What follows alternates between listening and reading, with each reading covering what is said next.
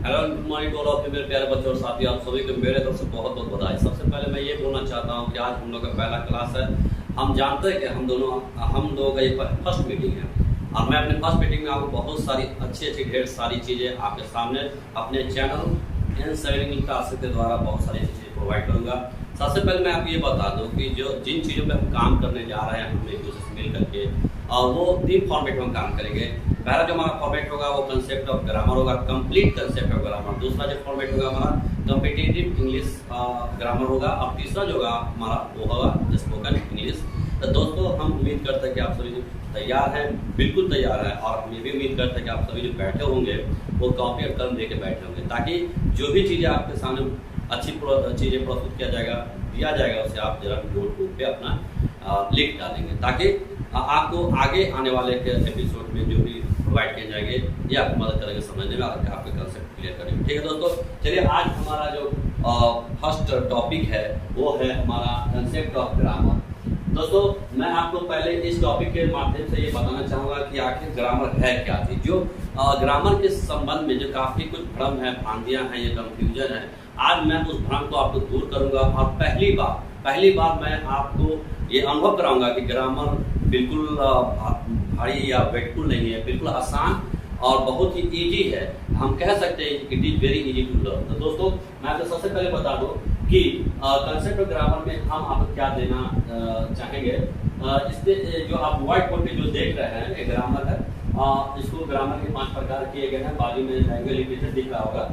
मैं आपको आपके कंसेप्ट क्लैरिटी के लिए एक बार बता देना चाहूँगा कि ग्रामर को आप मान लिया जाए कि कंप्लीट बॉडी है। जैसे कि मैथ में हम लोग मानते हैं ना कि x बराबर इतना इतना, दैट सेम आप मान लीजिए कि ग्रामर एक कंप्लीट बॉडी है और अगर कंप्लीट बॉडी होगा तो उसके पैर होंगे, उसके हाथ होंगे। हालांकि हम ये नहीं कहने जा रहे हैं कि ये लेग्स है और ये हैंड्स है, लेकिन एक कंसेप्ट क्लियर के लिए हम तो आपके दिमाग थोड़ा देर के लिए बताना चाहेंगे कि हाँ मान लीजिए ग्रामर कंप्लीट बॉडी है तो उसको 5 पैर होंगे, 2 बाजू होंगे। तो 5 पैर में 5 लेग्स ऑफ ग्रामर आप कह सकते हैं कि ग्रामर के 5 पैर में पहला जो पैर है या पहला जो लेग्स है वो है ऑर्थोग्राफी। जी बिल्कुल सही समझा आपने, ऑर्थोग्राफी। दूसरा एटिमोलॉजी, तीसरा सिंटैक्स और चौथा पंक्चुएशन और 5वां हमारा प्रोसोडी है। ठीक है, तो ये तो आपने समझ लिया कि ग्रामर का पहला जो प्रकार है या फर्स्ट लेग है वो है ऑर्थोग्राफी। अब ये जानना हमें है कि ऑर्थोग्राफी को कुछ और नामों से भी हम लोग जानते हैं या पुकारते हैं दोस्तों। तो ऑर्थोग्राफी का जो दूसरा नाम है वो एपिसोलॉजी है और तीसरा जो थर्ड है वो अल्फाबेट है। जो पुराना ग्रामर में आप अभी भी देखते होंगे कि ऑर्थोग्राफी का कोई मेंशन नहीं, कोई चर्चा नहीं है। अल्फाबेट के लोग उसे पढ़ते हैं या पढ़ाते हैं, बहुत से शिक्षक अल्फाबेट ही पढ़ाते हैं, ऑर्थोग्राफी का चर्चा नहीं करते हैं। लेकिन दोस्तों मैं आपको पहली बार एक नया बिल्कुल रिनोवेटेड कंसेप्ट डालूंगा कि ग्रामर के जो पहला प्रकार है ऑर्थोग्राफी, उसको 3 नाम से पुकारते हैं, ऑर्थोग्राफी, एपिसोलॉजी और अल्फाबेट। उसकी हिंदी में आप वर्ण विचार कह सकते हैं या वर्णमाला भी कुछ लोग कहते हैं। चलिए दूसरा जो प्रकार है ग्रामर का वो है एटिमोलॉजी। बिल्कुल सही आपने सुना, एटिमोलॉजी। दोस्तों इसका भी 2 और नाम है, एक पार्ट्स ऑफ द स्पीच, तीसरा है काइंड्स ऑफ वर्ड। हम ये समझ सकते हैं कि आप पहले बार पार्ट्स ऑफ द स्पीच के नाम तो नहीं सुने होंगे। इससे पहले पुराना जो ओल्ड इंग्लिश ग्रामर है, आज भी आप 25 साल या 20 साल पहले के एडिशन वाला जो ग्रामर देखेंगे ना उसमें आपको एटिमोलॉजी शब्द नहीं दिखाई देगा, वहाँ पर आप पार्ट्स ऑफ द स्पीच ही देखेंगे। कहीं पर काइंड्स ऑफ वर्ड भी दिया जाता है, लेकिन न्यू ग्रामर में उसी को पार्ट्स ऑफ द स्पीच को एटिमोलॉजी कहा जाता है। तो खैर कहने का मतलब ये हुआ कि एटिमोलॉजी ग्रामर का सेकंड पार्ट है, उसको पार्ट्स ऑफ द स्पीच और काइंड्स ऑफ वर्ड के नाम से पुकारते हैं, हिंदी में शब्द विचार कहते हैं। तीसरा और थर्ड जो है वो है सिंटैक्स है, उसको हम लोग सॉलिड वर्ड एग्रीमेंट नाम से पुकारते हैं, हिंदी वाक्य विचार कहते हैं। चौथा पंक्चुएशन, इसको हम लोग लिटरेरी सिंबल्स या चिन्ह विचार कहते हैं। 5वां जो है वो प्रोसोडी, जिसको पोएटिक टर्म्स या शब्द विचार कहते हैं। दोस्तों पांचों ग्रामर का जो प्रकार आप देख रहे हैं हम इसको विस्तृत रूप से बाद में हम एक्सप्लेन करेंगे।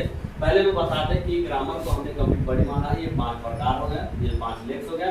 ग्रामर के 2 बाजू, 2 आर्म्स है, 2 हाथ भी है, आप इसको मान सकते हैं थोड़ा देर के लिए। तो ग्रामर के 2 आर्म्स कौन कौन है, एक लैंग्वेज है और एक लिटरेचर है। मैंने आपको बताया कि पूरा कंप्लीट ग्रामर आप खत्म करना चाहते हैं, फिनिश करना चाहते हैं, ग्रामर का अच्छा कंसेप्ट लेना चाहते हैं, तो आपको इन 5 लेग्स और ये 2 हैंड्स को अच्छी तरह से कॉन्सेप्ट क्लियर करके उसको समझना होगा, तब जा करके हमें पूरा ग्रामर कंप्लीट फिनिश होगा। हम बारी से सब ग्रामर के 5 स्टेप में 5 प्रकार से चर्चा करेंगे, लेकिन आज मैं इन 5 से पहले सबसे पहले ग्रामर का जो 2 बाजू है जिसमें से लैंग्वेज बारे में जो है हम बात करते हैं। ठीक है दोस्तों, आप तैयार हैं? हम उम्मीद करते हैं कि आप उसे नोट डाउन कर लिए होंगे। पहले मैं आपको कहूँगा कि आप इसे उतार लें, ठीक है ना। मेरे प्यारे बच्चों साथियों, मैं आपके बार फिर से आपकी मेमोरी के लिए मुबारक कर दूं, एक बार फिर से आपको आकर्षित करूं कि जो टॉपिक हमने शुरू किया है कंसेप्ट ऑफ ग्रामर, उसी के अंदर जो है जो ग्रामर के 5 प्रकार किए गए हैं और 2 बाजू बताए गए हैं। यानी ये कहने का मतलब ग्रामर को जो हमने कंप्लीट बॉडी माना है और बताया है कि ग्रामर के 5 पैर होते हैं और 2 बाजू होते हैं। तो पहले 5 प्रकार है, उसको हम बाद में चर्चा करेंगे। उसके पहले हम 2 बाजू जो है ग्रामर का लैंग्वेज लिटरेचर, उसके बारे में थोड़ा सा चर्चा कर लेते हैं, फिर डीपली हम उसके बारे में चर्चा करेंगे। ठीक है, तो आप देख रहे हैं कि जो लिखा हुआ है लैंग्वेज और लिटरेचर, जिसको हमने कहा था कि ग्रामर के 2 आर्म्स है, 2 बाजू है। तो उन 2 बाजू पहले समझ लेते हैं। तो लैंग्वेज के बारे में क्या कुछ कहा जा रहा है, तो पहले हम उसको डिफिनेशन से क्लियर करना चाहेंगे। लैंग्वेज के डिफिनेशन है कि the way we express our ideas to other by reading, writing, speaking और बाय लिसनिंग। मतलब ये हुआ कि भाषा को अगर आप हिंदी में समझना चाहेंगे तो बोल सकते हैं कि भाषा वह तरीका है जिसके द्वारा हम अपनी बात दूसरों तक पढ़कर, लिखकर, बोलकर या सुनकर प्रकट करते हैं। तो ये हुआ भाषा की डिफिनेशन इंग्लिश में और हिंदी में। जब लिटरेचर देखते थे वो क्या कुछ कहा जा रहा है लिटरेचर की डिफिनेशन के द्वारा। लिटरेचर के बारे में कहा जा रहा है the written form of language, यानी भाषा के लिखित रूप को साहित्य कहा जाता है। चलिए ठीक है, अब हम थोड़ा सा इन दोनों को हम थोड़ा सा तालमेल करा करके एक्सप्लेन करना चाहेंगे। देखिए, लैंग्वेज और लिटरेचर दोनों को आप मान सकते हैं कि ये दोनों जो है chips of the same block है। यानी कहने का मतलब एक ही सिक्के के 2 पहलू है, ठीक है ना। कहने का मतलब ये हुआ कि लैंग्वेज और लिटरेचर दोनों एक ही चीज है और उसके द्वारा हम अपनी बातों को प्रस्तुत करते हैं एक दूसरे के सामने। यानी लैंग्वेज से भी हम अपना विचार प्रकट करते हैं, अपनी बात को दूसरे के सामने प्रकट रखते हैं, और साहित्य लिटरेचर से भी अपनी बात को दूसरे के सामने प्रकट करते हैं। तो आप सोच रहे होंगे कि आखिर दोनों के जरिए हम अपनी बातों को प्रकट करते हैं, तो आखिर क्या डिफरेंसेस है दोनों में। बिल्कुल आपका सोचना और आपका क्वेश्चन राइज करना बिल्कुल लॉजिकल है। तो हम आपके सवाल का जवाब देंगे, बिल्कुल देंगे और अभी देंगे। तो उससे पहले हम जरा सा फोकस कर लेंगे लैंग्वेज लिटरेचर के बारे में और कुछ क्या कहा जा रहा है। लैंग्वेज दोस्तों मोटा मोटी आप मान लीजिए कि लैंग्वेज एक तरीका है जिससे हम अपनी बात दूसरों तक पहुंचाते हैं, बोलकर, पढ़कर, लिखकर, सुनकर। लिटरेचर भी एक तरीका है, जरिया है जिससे अपनी बात को पहुंचाया जा सकता है दूसरों तक। हाँ, लिटरेचर में ये बात है कि लिटरेचर में हम लिख करके बातों को दूसरे के सामने प्रकट करते हैं, लैंग्वेज में बोल करके करते हैं। अभी दोनों के डिफिनेशन को देख करके आपको कुछ समझ जरूर आ गया होगा। कम से कम इतना तो आपका आइडिया हो गया होगा कि लैंग्वेज में बोला जाता है, लिटरेचर में लिखा जाता है। बिल्कुल सही, लैंग्वेज में बोला जाता है, लैंग्वेज को हम बोलकर प्रकट करते हैं, जबकि लिटरेचर में लिख कर प्रकट करते हैं। लैंग्वेज में एक डिफरेंस तो ये हो गया। दूसरा डिफरेंस ये हुआ कि लैंग्वेज में साउंड होता है, यानी लैंग्वेज में आवाज होता है, जबकि लिटरेचर में आवाज नहीं होता है, वो साउंडलेस होता है। तो 2 डिफरेंसेज आपको लैंग्वेज लिटरेचर में दिखाई दिए होंगे और समझ में आएगा कि हाँ, लैंग्वेज भी लिटरेचर भी दोनों में अंतर यही है कि लैंग्वेज में हम बोलकर प्रकट करते हैं, लिटरेचर में लिख के प्रकट करते हैं। अब थोड़ा सा समानता की बात की जाए कि जब हम लिटरेचर की सिमिलरिटी की बात करते हैं तो लिटरेचर लैंग्वेज सिमिलरिटी क्या हो सकता है। लैंग्वेज लिटरेचर सिमिलरिटी और डिससिमिलरिटी आपने देख लिया। सिमिलरिटी है कि दोनों जो है अपनी बात को, अपने विचार को प्रकट करने का। तो मैंने बताया कि लैंग्वेज लिटरेचर में सिमिलरिटी भी है और डिससिमिलरिटी भी है। सिमिलरिटी तो आपको समझ आ गया कि हाँ, ये दोनों एक माध्यम, एक तरीका है, जरिया है जिससे हम अपनी बातों को दूसरे के सामने प्रस्तुत करते हैं। ये समानता हुआ। दूसरी पहलू पर अगर हम बात करते हैं जो डिससिमिलरिटी, वो डिससिमिलरिटी यही है कि लैंग्वेज में साउंड होता है और लैंग्वेज को हम बोल के प्रकट करते हैं। लिटरेचर में साउंड नहीं होता, अर्थात साउंडलेस होता है, लिटरेचर में हम लिख के प्रस्तुत करते हैं। जरा आप डिफिनेशन ऑफ लैंग्वेज का हम एक्सप्लेन करें। एक्सप्लेनेशन ऑफ लैंग्वेज के द्वारा जो टॉपिक दिया है कि आप भाषा को कैसे एक्सप्लेन करेंगे।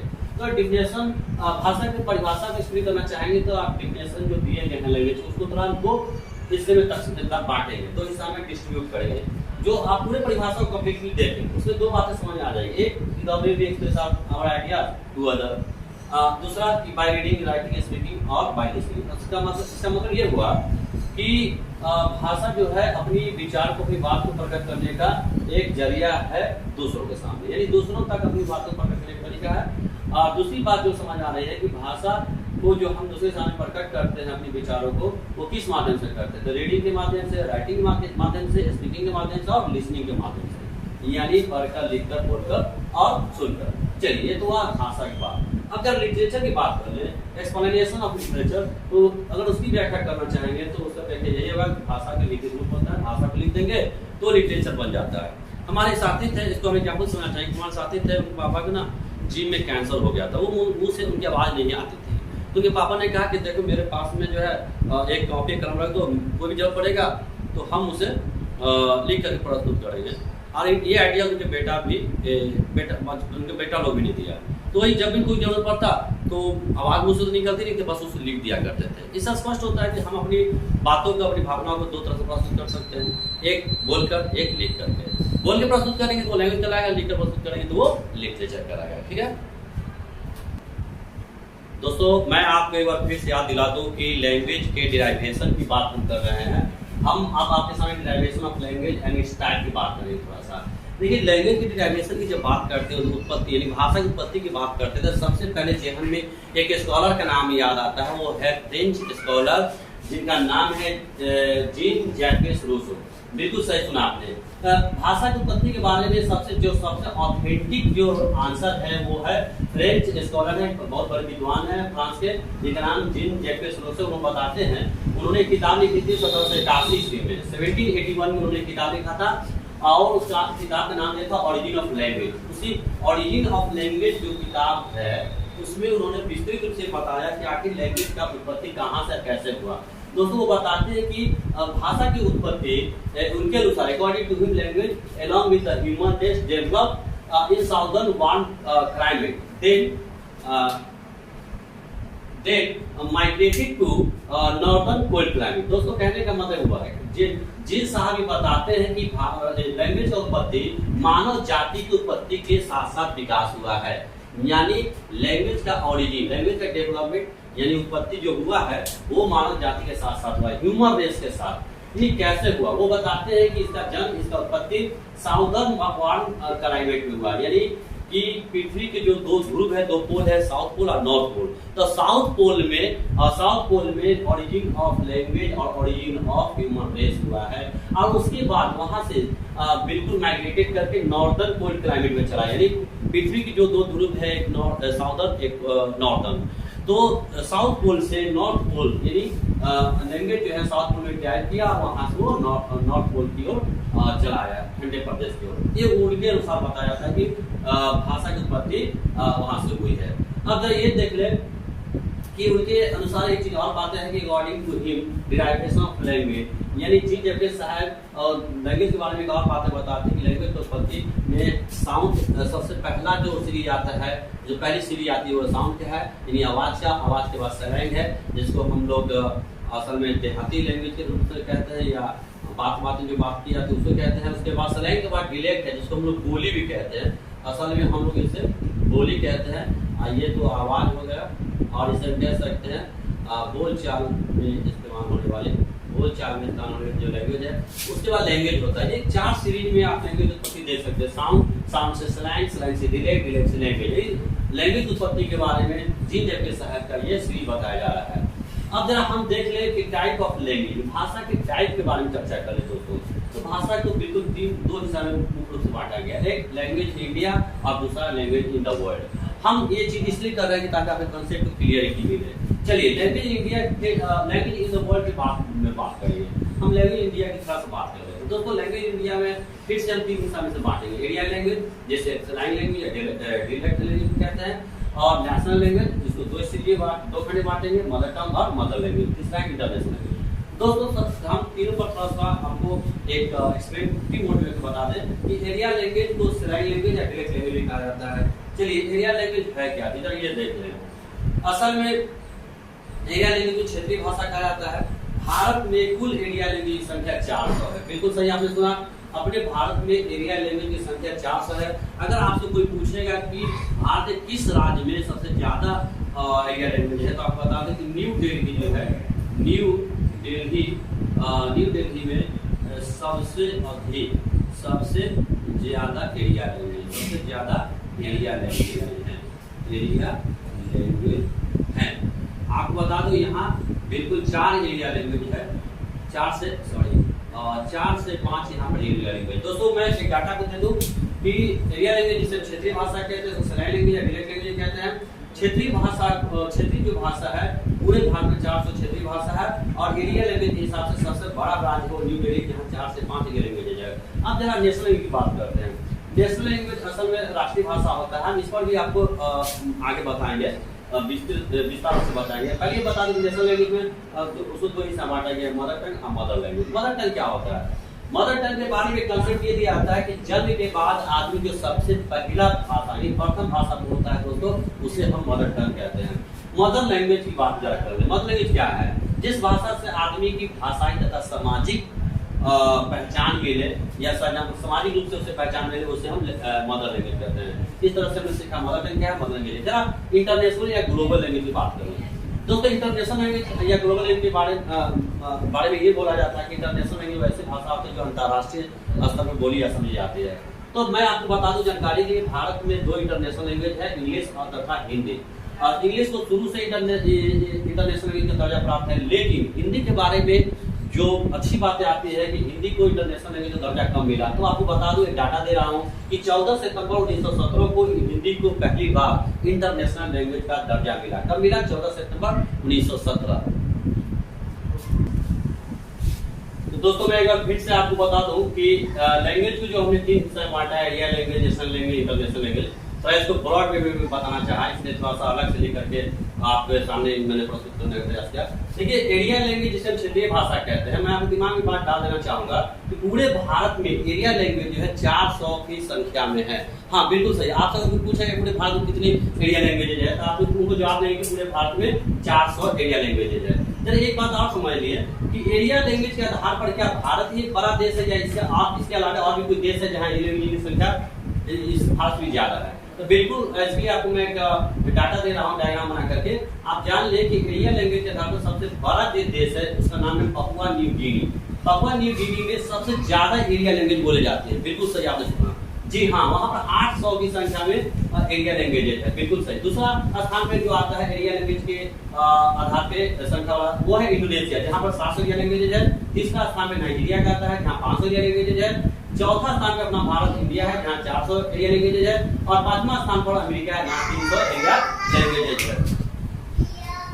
एरिया लैंग्वेज के बारे में जब हमने बात कर लिया, तब नेशनल लैंग्वेज की बात करते हैं, क्योंकि इंटरनेशनल लैंग्वेज बृहत पैमाना है, उसमें बहुत कुछ हमें अभी नहीं सीखना है, बाद में सीखेंगे। हमने मोटा मोटी आप एरिया लैंग्वेज के बारे में बता दिया। अब जरा नेशनल लैंग्वेज की बात करते हैं। नेशनल लैंग्वेज की हिंदी में राष्ट्रीय भाषा कहा जाता है। दोस्तों एक कंफ्यूजन के कारण हम लोग, खासकर हम भारतीय, ये मान लेते हैं कि हिंदी हमारा नेशनल लैंग्वेज होगा, राष्ट्रीय भाषा होगा। तो बिल्कुल दिमाग से आज से आप ये निकाल दें, यानी आज जो तारीख है, इस तारीख से आप निकाल दें कि भारत में कोई भी भाषा को नेशनल लैंग्वेज का दर्जा प्राप्त नहीं है। हाँ बिल्कुल सही मैंने कहा और आपने सही सुना।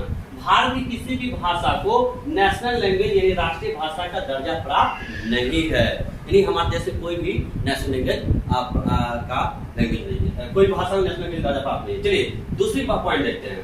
हिंदी भारत की राष्ट्रीय भाषा नहीं, बिल्कुल राजभाषा है। संविधान के 8वीं अनुसूची में जब 1950 ईस्वी संविधान हमारा लागू हो रहा था, इम्प्लीमेंट हो रहा था, तो उसमें 8वीं अनुसूची में ये बताया गया था, स्पष्ट रूप से लिखा गया है कि भारत का कोई भी भाषा राष्ट्रीय भाषा नहीं होगा। तो भाई हिंदी को कौन सी भाषा दर्जा दिया जाए? तो उस समय बोला गया था कि हिंदी भारत की राजभाषा है। क्या कहा गया? हिंदी भारत की राजभाषा है, यानी राजकीय भाषा या राजकाज की भाषा है। राजकाज की भाषा है, बिल्कुल सही दोस्तों, आपने सुना। हिंदी भारत की राष्ट्रीय भाषा नहीं है, हिंदी भारत की राजभाषा है, राजकीय भाषा है या राजकाज की भाषा है। अब जरा राजकाज की भाषा क्या होता है इसको थोड़ा हम समझ लें।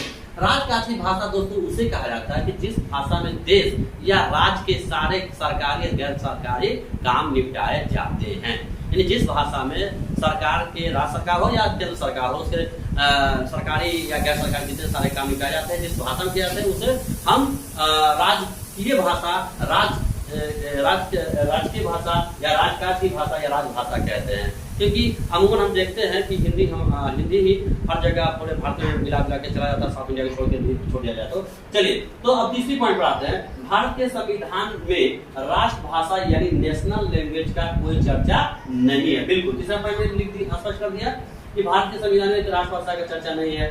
अब चौथी पॉइंट देखते हैं। 1950 में भारत के संविधान की 8वीं अनुसूची में सिर्फ 14 भाषाएं थी, बाद में 8 अन्य भाषाएं जोड़ी गई। दोस्तों मैं आपको बता दूं, जिस समय संविधान इम्प्लीमेंट हो रहा था उस समय हमारे संविधान का जो अनुच्छेद था 395 था, 395 आर्टिकल्स थे, और जो अनुसूचियां थी वो 12 अनुसूचियां थी, जिसमें से 8वीं अनुसूची में ये बताया गया कि 14 भाषाएं भारत में होंगी। बाद में 8 अन्य भाषाएं जोड़ी गई।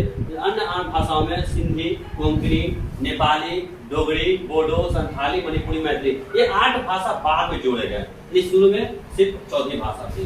चलिए 5वीं पॉइंट देखते हैं। संविधान में हिंदी तथा इंग्लिश को भारत सरकार की आधिकारिक भाषा कहा गया है। दोस्तों संविधान में हिंदी अंग्रेजी को कौन सी भाषा कहा गया? तो आधिकारिक भाषा के, भारत सरकार की आधिकारिक भाषा है। छठी बात देखते हैं कि आखिर हिंदी को क्या वजह है कि राष्ट्रीय भाषा मान लेते हैं लोग? इसका सीधा वजह जानते क्या है? इसका सीधा वजह यह है कि भारत के बहुत बड़ी आबादी यानी 40 से 44%, 40 से 40% भारत के जो लोग हैं वो हिंदी बोलते हैं। इसलिए कंफ्यूजन में लोग ये कह लेते हैं ना कि चलो भाई इतना बड़ा आबादी यानी समझ लो कितने 40 से 40% अगर हिंदी बोलता है तो जरूरी राष्ट्रीय भाषा होगा। ये हमारा कंफ्यूजन है, ऐसा कुछ नहीं है। तो दोस्तों आज मैंने ये सारी बातें आपको लैंग्वेज स्टाइल में बताया।